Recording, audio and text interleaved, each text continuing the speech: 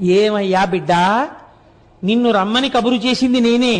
ఇంత దూరం వచ్చావు, నాకు దగ్గరగా వచ్చావు, ఒక్కసారి నిన్ను చూడాలనుందిరా నాన్న.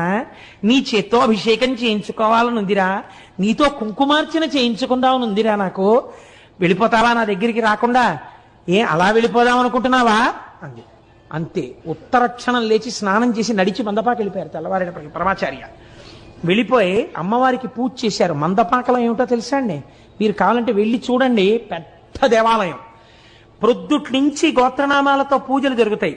మధ్యాహ్నం 12 గంటలకి అమ్మవారి యొక్క శిరస్సు మీద ఒక గిన్నె లాంటిది ఉంటుంది. అది మీరు మామూలుగా ఇలా ఇలా కదిపితే అదేం పడదు, ఇలా ఉంటుంది. దాంట్లో పువ్వులేసి అర్చకులు అత్యంత భక్తి శ్రద్ధలతో వినయ విధేయతలతో చేతులు కట్టుకుని నిలబడి మంత్రపుష్పం చెప్తారు. ఓం జాతవేదసేసు నవామ సోమమరాతి యతో నిదహాతి వేద